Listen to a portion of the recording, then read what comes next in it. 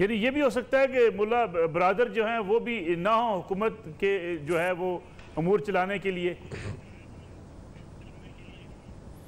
ابھی تک آپ کو پتہ ہے کہ سب سے جو آخری فیصلہ ہوتا ہے وہ سپریم لیڈر کرتا ہے افغان طالبان کے، اور شورا جو ہے لیڈرشپ کونسل رہبر شورا وہ پرپوز کرتے لوگوں کو، لیکن آخری فیصلہ جو ہوتا ہے وہ سپریم لیڈر کرتا ہے شیخ ہیبت اللہ اخونزادہ، اور پھر جو فیصلہ وہ کرتے ہیں تو وہ پھر کسی کی ہمت نہیں ہوتی کہ اس کو چیلنج کرے، اتنا ان کا لوگ عزت کرتے ہیں سپریم کمانڈر کا۔ تو ابھی تک تو یہی ہے کہ ملا یعقوب جو ہے کہ جو ملا عمر کے سب سے بڑے صاحبزادے ہیں، ان کو وزیر دفاع کے لیے انہوں نے پرپوز کیا ہے، اور ایک جو ہے مولا عبدالقیوم ذاکر ان کا نام آیا تھا وزیر داخلہ کے لیے، لیکن ابھی اطلاعات ہے کہ شاید سراج الدین حقانی یا خود وزیر داخلہ ہوں گے، یا ان کا جو نیٹ ورک ہے، ان کا جو گروپ ہے جو حقانی نیٹ ورک کے نام سے جانا جاتا ہے، شاید وہ پھر خود کسی کو نامینیٹ کرے اس عہدے کے لیے، اور بھی اس طرح نام ہے مختلف امور کے لیے، لیکن جس طرح میں نے آپ کو کہا کہ یہ حتمی نہیں ہے، شیخ ہیبت اللہ اخونزادہ جو ہے سرفراز دے سکتے ہیں، لیکن یہ اطلاع ضرور ہے کہ ملا عبدالغنی برادر شاید ہیڈ آف دا اسٹیٹ نہ ہو، ان کی جگہ ایک اور نام ابھی سامنے آ رہا ہے، اور ہو سکتا ہے کہ وہی جو کہ رہبری شورا کے اس وقت لیڈر ہیں، امیر ہیں، شاید وہ ہیڈ آف دا اسٹیٹ ہوں گے، اور ملا عبدالغنی برادر جو ہے وہ ان کے نائب ہوں گے۔ اور یہ مقبول جان صاحب، وادی پنجشیر کے بارے میں تو کہا جاتا تھا کہ احمد شاہ مسعود صاحب نے ان کو روسیوں کو بھی یہ وادی پنجشیر فتح نہ کرنے دی، جس کے بعد یہ توقع کی جا رہی تھی کہ اس بار شہر پنجشیر میں سخت مقابلہ ہو سکتا ہے، مزاحمت ہو سکتی ہے۔ جیسے کہ مشتاق صاحب بات کر رہے تھے کہ پورا افغانستان تو یقینی بات ہے طالبان کے نظریات کا حمایتی نہیں ہے، ان کے مخالفین بھی ہیں، وہ وہاں اکٹھے بھی ہو سکتے تھے، تاخیر بھی ہو سکتی تھی پنجشیر کو فتح کرنے میں، لیکن اس بار تو بہت جلدی ہوئی، پنجشیر بھی فتح ہو گیا۔ دیکھیں، طالبان کے جتنے بھی نظریاتی مخالف تھے وہ امریکہ نے 5 سے 7 ہزار ڈالر ماہانہ تنخواہ پر 3,55,000 کے قریب افغان سیکورٹی فورسز میں جمع کر دیے تھے، اور وہ افغان سیکورٹی فورسز جس طرح ایک دن کے اندر سرے سے غائب ہوئی ہیں اس کا کوئی تصور نہیں کر سکتا۔ رہا تھا پنجشیر کا تعلق، تو پنجشیر کا معاملہ یہ ہے کہ پنجشیر کو جو سپورٹ دیتی تھی وہ خاخور کے اندر تاجکستان کا ایئر بیس تھا۔ یہ وہ جگہ ہے کہ جب طالبان نے اس میں داخل ہوئے تھے اپنا کابل میں، تو احمد شاہ مسعود نے اپنے گھر کے اندر انڈین ایمبیسڈر کو اپنی ٹوپی اتار کر کہا تھا کہ اگر مجھے اتنا سا افغانستان بھی مل جائے تو میں طالبان سے لڑوں گا۔ تو اس انڈین ایمبیسڈر نے کہا تھا کہ ہمیں کیا فائدہ، اس نے کہا تھا طالبان سے لڑنا بنیادی طور پر پاکستان سے لڑنا ہے۔ تو انڈیا نے $7 ملین سے ایک اسپتال بنا کے دیا تھا، اور 10 اس کو ہیلی کاپٹر دیے تھے جو کہ پنجشیر سے اس کے زخمیوں کو لے کے آتے تھے جاتے تھے۔ ایران کی سپورٹ تھی، امریکنز کی سپورٹ تھی، اور بہت چیزوں کی سپورٹ تھی۔ طالبان نے کمال یہ کیا ہے کہ آنے سے پہلے، کابل کو فتح کرنے سے پہلے اپنے چاروں طرف جتنے بھی بارڈرز تھے ان کو سیکیور کیا ہے۔ آپ سوچیں کہ 15 منٹ کا وقفہ تھا صرف تاجکستان حکومت کے لیے کہ اشرف غنی کا جہاز اترنے دینا ہے یا نہیں دینا، تو تاجکستان کی حکومت نے اس کو کہا نہیں تم نکل جاؤ، تم یہاں سے، ہم طالبان کا مقابلہ نہیں کریں گے۔ اس کا مطلب یہ ہے کہ انہوں نے یہ فیصلہ کر دیا تھا کہ اب پنجشیر نہیں، یہاں سے کوئی بندہ جا کے لڑنے نہیں جائے گا۔ تو پنجشیر کی وادی اس طرح کی، اگر آپ کبھی گئے ہوں بغلان کے اس طرف سے جاتے ہوئے، کہ اگر آپ اس کے ارد گرد کھڑے ہو جائیں اور آپ کو کہیں باہر سے سپورٹ نہ ملے تو آپ اس کے اندر ایسے ہوں گے جیسے کوئی ہرن پھنس جاتا ہے اور اس کو جیپ دوڑا کے تھکا کے مار دیں گے۔ آج صبح 11 بجے کے قریب بازارات کا جو علاقہ ہے وہ صرف رہ گیا تھا۔ جس وقت طالبان جمعہ پڑھنے گئے ہیں تو ان کو اطلاع مل رہی تھی کہ بازارات پہ لڑائی چل رہی ہے، اور بازارات جب فتح ہو جائے گا تو پھر ہم اعلان کریں گے۔ اسی لیے جمعہ سے پہلے ہی انہوں نے کہہ دیا تھا کہ آج ہم اعلان نہیں کریں گے، حالانکہ مولانا ہبت اللہ جو تھے ان کے علاوہ باقی ساری لیڈرشپ کابل پہنچ چکی تھی۔ تو بازارات جو ہے یہ ابھی فتح ہوا ہے 5-6 آدھا پونا گھنٹہ پہلے، اور انہوں نے اس کا اعلان کیا ہے کمانڈر نے وہاں سے کہ اب ہم نے پورا پنجشیر جو ہے کنٹرول کر لیا۔ تو طالبان نے اس سے تین منٹ پہلے اس سے وہ کہا کہ جو امر اللہ صالح اور وہ جو اپنا احمد شاہ جو ہے جو ٹویٹ کر رہا ہے پورا انٹرنیٹ یہاں سے بند ہے، اور طالبان نے کہا ہے کہ یہ دونوں ان کی امارات کی سائٹ پہ ہے کہ یہ دونوں ٹویٹ انڈیا سے ہو رہے ہیں یا اسرائیل سے ہو رہے ہیں، یہاں سے نہیں ہو رہے. ایک تو یہ. دوسرا، جب 15 اگست کو طالبان آئے تھے تو میں نے اپنے پروگرام میں کہا تھا کہ طالبان بیعت پہ بہت زیادہ بلیو کرتا ہے. جو یوسف زئی صاحب نے کہا کہ وہ اس بیعت پہ ایمان رکھتے ہیں. وہی مولا عمر کے معاملے میں تھا. مولانا ہبت اللہ اخندزادہ کے علاوہ کوئی بھی ورچولی سربراہ نہیں ہوگا افغانستان کی اس حکومت کا. وہی ہوں گے، بیعت عام کے تحت دوبارہ ہوں گے، اور یہ سارا معاملہ چلے گا. مسئلہ یہ ہے کہ 2 لیول آف ایڈمنسٹریشن ہوتے ہیں. ایک ہوتا ہے ایڈمنسٹریٹو، جہاں کے عوام کے ساتھ کام کرنا ہے. مثلا تمام جتنے بھی اولسوال کہتے ہیں وہ ضلع کے سربراہ کو تمام اولسوال طالبان نے لگا دیے ہیں، اور اس کے بعد تمام پولیس کے سربراہ لگا دیے ہیں جتنے بھی ڈسٹرکٹس ہیں. تمام گورنر طالبان نے لگا دیے ہیں، جتنے بھی ان کے صوبے ہیں ان کے گورنر لگا دیے ہیں. وہ جو روزمرہ کی زندگی ہے، اس زندگی جو ہے اس کو انہوں نے چالو کر لیا ہے. جو ہوتی ہیں نا وزارتیں، یہ ہوتی ہیں انٹرنیشنل لیول پہ، میرے اور آپ کے لیول پہ. آج اگر یہ 25 وزیروں کو اٹھا کے سوئٹزرلینڈ بھیج دیا جائے سیر کرنے کے لیے تو 1 مہینے تک افغانستان چلتا رہے گا، کیونکہ افغانستان کو چلانا ہے اس لوکل ایڈمنسٹریشن نے. وہ لوکل ایڈمنسٹریشن طالبان نے، میں بھی خوش کے گورنر سے بات کر رہا تھا، ان کے ہاں مکمل طور پر وہ سارا معاملہ چل رہا ہے. ہم اصل میں جو میں اور آپ بیٹھے ہوئے ہیں وہ بات کر رہے ہیں 1 یا 2% ان لوگوں کی جو تھوڑے سے ڈسٹرب ہوتے ہیں، ورنہ 95% لوگ جو طالبان کے ساتھ تھے یہ وہ لوگ ہیں جو سیلف سسٹینیبل اکانومی کے لوگ ہیں، جو صرف نمک خریدنے جاتے ہیں دکاندار کے پاس، جن کے پاس اپنے مرضی اپنا دودھ ہوتا ہے، اپنے چاول ہوتے ہیں، اپنی گندم ہوتی ہے، اپنی سبزیاں ہوتی ہیں، اپنا گوشت ہوتا ہے، اپنا کھانا ہوتا ہے، اپنا کاروبار ہوتا ہے. یہ اس اکانومی کے ساتھ سروائیو کر سکتے ہیں اور کرتے رہیں گے، اور 5 سال طالبان نے کروا کے دیکھا. یہ جو 1% اب جو ہے جو بڑھ گیا 5 سے 7% ہو گیا ہے، کیونکہ انہوں نے یہ سٹی ایریا جو ہے 1.5-2 کلومیٹر بہت اچھا بنا لیا ہے. اس کا معاملات ہیں. اس میں طالبان کیا فیصلہ کرتے ہیں؟ حکومت ان کی ابھی فیصلہ ہو چکا تھا. میری جہاں تک بہت صحیح بات کر رہے ہیں یوسف زئی صاحب، ہو سکتا ہے مولانا برادر جو ہیں وہ مولانا ہبت اللہ اخندزادہ کے ساتھ اور مولانا یعقوب کے ساتھ اپنے ساتھ رکھیں، اور وہ ایک کنٹرول اوورال رکھیں، کیونکہ وہ سمجھتے ہیں کہ اس طرح کی وزارتیں جو کہ بہت لوز ایڈمنسٹریشن ہوگی، اس لوز ایڈمنسٹریشن کو کیسے کنٹرول کریں گے. ان کے لیے صرف 3 مسئلے ہیں جو آج اس وقت ہر گفتگو میں شیئر کرتے ہیں، ہر اس شخص سے مشورہ کرتے ہیں. ایک ان کا مسئلہ یہ ہے کہ ان کی معدنیات کون خریدے گا. یعنی انڈیا اس وقت چائنا میں حالانکہ 40% ٹھیکے چائنا کے پاس ہے 30 سال لیز میں، پھر بھی وہ چاہتے ہیں کون خریدے گا. پاکستان کے ساتھ نیگوسیشن کر کے گئے ہیں کہ آپ خرید لیں، ہم آپ کو دینے کو تیار. اس کے بعد دوسرا ان کا مسئلہ یہ ہے کہ عورتوں کا مسئلہ، جو عورتوں کی چھیڑ بنا دی ہے انہوں نے افغان، یعنی آپ اندازہ کریں ابھی پوپ نے 155 کارڈنل منتخب کیے ہیں، ایک بھی عورت نہیں ہے. افغانوں کو کہتے ہیں تم جو ہیں تم عورت لے کے، وہ اس کو ہم کیسے ٹیکل کریں گے. اور یہ سب حکومت کا مسئلہ ہے. جی اور یہ سب حکومت کا اور میڈیا کا مسئلہ کیا کیا درپیش ہو سکتا ہے طالبان کو، اس پہ بات کریں گے، لیکن ایک کمرشل بریک پروگرام میں شامل کر لیں. واپس آتے ہیں، یہی سے آغاز کریں گے اور یہ بھی ڈسکس کریں گے کہ انظامی مشینری تو لگا دی گئی، کیا جو سابق انظامی مشینری ہے اس کا اب کردار کیا ہوگا افغانستان میں.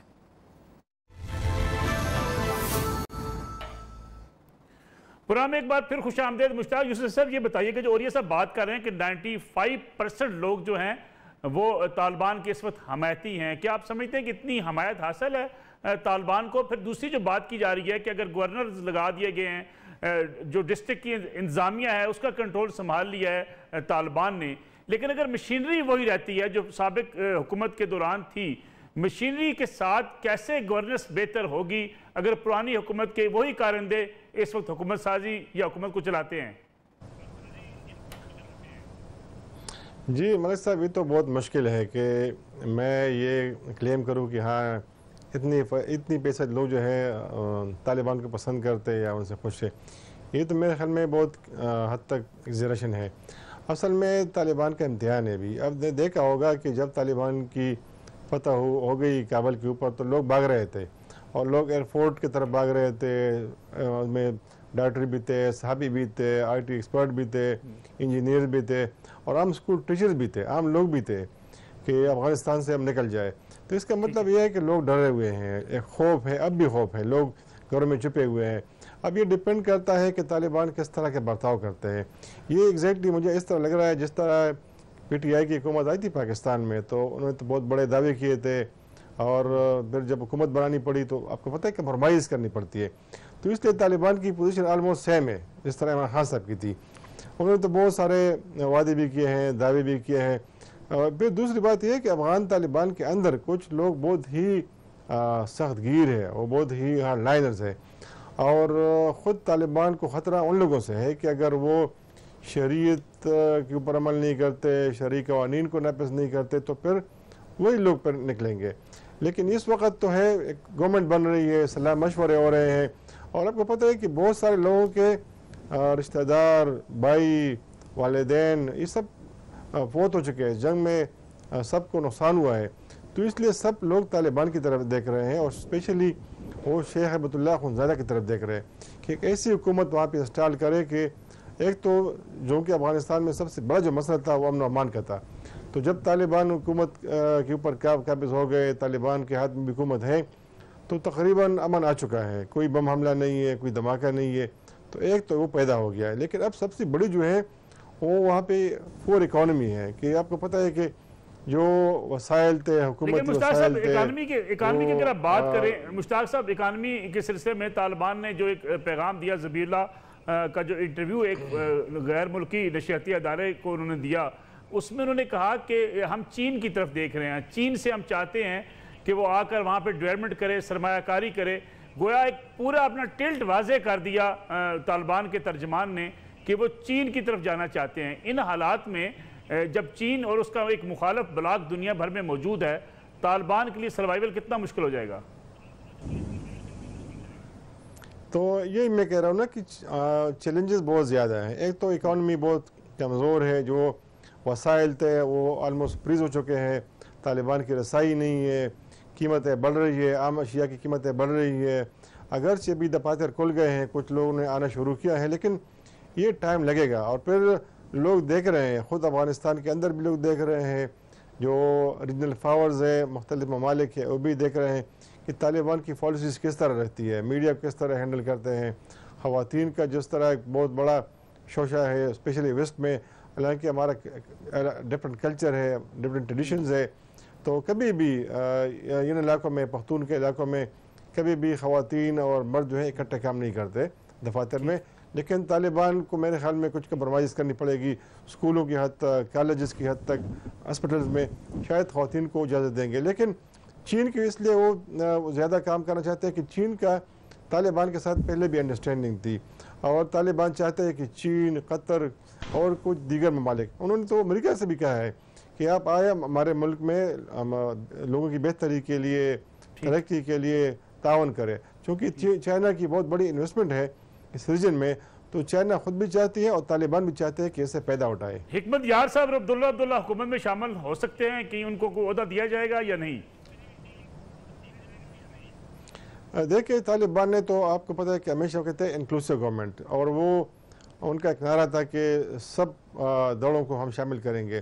میرا نہیں خیال، کیونکہ اگر مجبوراً طالبان کو کچھ لوگوں کو شامل کرنا پڑتا ہے تو شاید ان کو کلیدی عہدے نہیں دیں گے. ان کو صرف ان کی کوشش ہوگی کہ ان کے ساتھ ہو، لڑائی نہ ہو، جھگڑے نہ ہو، انتشار نہ ہو. لیکن جو بڑے بڑے عہدے ہیں، جن کے پاس اختیارات ہیں، جس سے عام لوگوں کو کے اوپر اثر پڑتا ہے، میرا نہیں خیال کہ ان لوگوں کو یہ ساری چیزیں، یہ بڑے بڑے عہدے ان کو دیں گے. اور یہ مقبول جان صاحب، آپ ایڈمنسٹریشن کی بات کر رہے تھے، اگر سابق ایڈمنسٹریشن موجود رہتی ہے، اگر کابل کے اندر انتظامیہ مشینری ہے، اگر فرض کریں ہم میونسپلٹی کی بات کریں، باقی اداروں کی بات کریں، کلیریکل سٹاف کی بات کریں، پھر آفیسرز کی بات کریں، ان آفیسرز کو ہینڈل کرنا طالبان کے لیے جو گورننس کا تجربہ کم رکھتے ہیں، کیا کوئی مشکلات ہو سکتی ہیں؟ دیکھیں، آپ کے چند قدم کے اوپر تورخم کا بارڈر ہے. آپ صرف وہاں چلے جائیں اور صرف پہلے جو لوگ وہاں کام کرتے تھے ان کے درمیان دیکھیں. اس وقت صرف 5 طالبان کے گرمکھ جو ہے نا، ان کا کسٹم کا محکمہ وہ کھڑے ہوئے ہیں، باقی سب کو انہوں نے نکال دیا ہوا ہے. اور کل ڈاکٹر آصف جاں وہاں گئے تھے، جو انچارج ہیں پاکستان کے. انہوں نے کہا کہ پاکستان کے اس کی ریونیو کے اندر اس اگست کے درمیان 85 ملین کا زیادہ اضافہ ہوا ہے. انہوں نے ٹیکس 1/3 کر دیا ہے، جو 20,000 روپیہ ہر ٹرک پہ لیا جاتا تھا وہ ختم کر دیا ہے. اور یہ طالبان کی گورننس جو تھی 95 سے لے کے میں نے 2001 تک دیکھی ہے کہ ہر ضلع کے اندر ان کے صرف 7 لوگ ہوتے تھے، اور وہ 7 لوگ جو تھے وہ گورننس کو بتاتے تھے گورننس کیا ہوتی ہے. وہ جو پولیٹیکل سائنس کا اصول ہے نا کہ ریاست نظر نہ آئے لیکن گورننس ہوتی رہے. یہ پنشیر کے 3 ضلع کیوں قابو ہوئے جو پنشیر کا علاقہ؟ طالبان نے وہاں اسی حساب سے 5-5 7-7 لوگ رکھے ہوئے تھے. انہوں نے 5-5 7-7 لوگوں کو پیچھے کیا اور انہوں نے قبضہ کر لیا. آپ اندازہ کریں کہ رات کے وقت جب پتہ چلا کہ انہوں نے 3 ضلع لے لیے اس وقت انہوں نے موومنٹ کر دی وہاں پر. ایک تو یہ ہے گزشتہ تقریباً 2.5 سال سے سرنڈر ہو رہے تھے لوگ.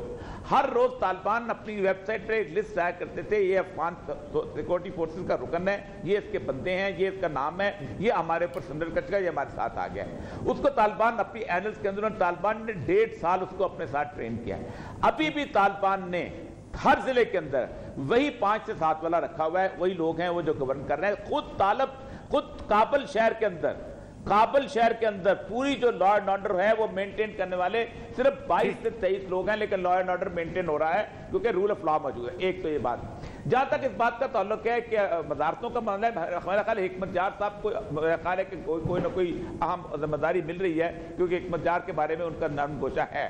لیکن یہ بات وہ طے ہے اور وہ کہتے ہیں کہ ہم نے جن لوگوں کے ساتھ 20 سال لڑائی کی ہے اس کا کیا فائدہ. اور دوسری جو یوسف زئی صاحب کہتے ہیں کہ ان کے اندر ایک بہت ہارڈ لائنر لوگ ہیں کہ ہم نے جان دی ہے شریعت کے لیے اور ہم نے شرعی نظام کے لیے جان دیا ہے آپ کو, اور ہمیں شرعی نظام کو مکمل طور پہ نافذ کرنا ہے. اور یہ 3 دن جو بحث چلی ہے وہ اسی بات پہ تھی. اور ابھی بھی جو اعلان ہونا تھا اس اعلان وہ اسی بات پہ ہوگا کہ ایک شرعی نظام ہوگا جس میں ایک امیر المومنین ہوگا اور وہ امیر المومنین مولانا ہبت اللہ اخندزادہ ہوگا.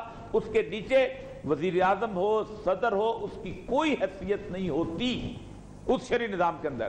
وہ صرف اس کا ایک ہاتھ کان سے پکڑ کے نکالا جا سکتا ہے. اور یہ کو ہماری ضرورت نہیں ہے کہ اس ووٹ لے کے آیا ہے تو کل واپس کانسٹیچوئنسی میں جائے گا تو پھر ووٹ لے کے آ جائے گا. شاہ محمود قریشی کو نکالا تو ہم دیکھیں گے, یا مصطفیٰ جتوئی کو نکالنا نا. یہ کوئی حیثیت کسی بھی وزارت وزیر ہو بہت بڑے عہدے پہ چلا جائے, حیثیت صرف ایک شخص کی ہے اس وقت پورے اس کے اندر, وہ ہے مولانا شیخ العزیز ہبت اللہ اخندزادہ کی.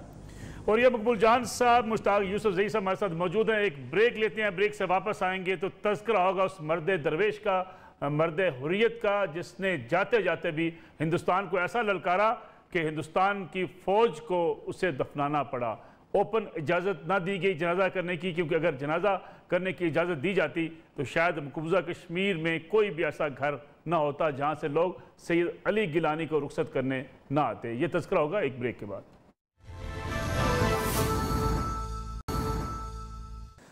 انسانی تاریخ کبھی یہ نام نہیں بھول پائے گی سید علی گیلانی, مرحوم و مغفور, جنہوں نے ہندوستان کی حکومت کو ساری زندگی للکارتا رہے اور جو جب پارلیمنٹ میں تھے تب بھی ان حکومت کے لیے ایک چیلنج بنے ہوئے تھے. پارلیمنٹ سے باہر نکلے تب بھی ہندوستان کی حکومت کے لیے ایک چیلنج تھے.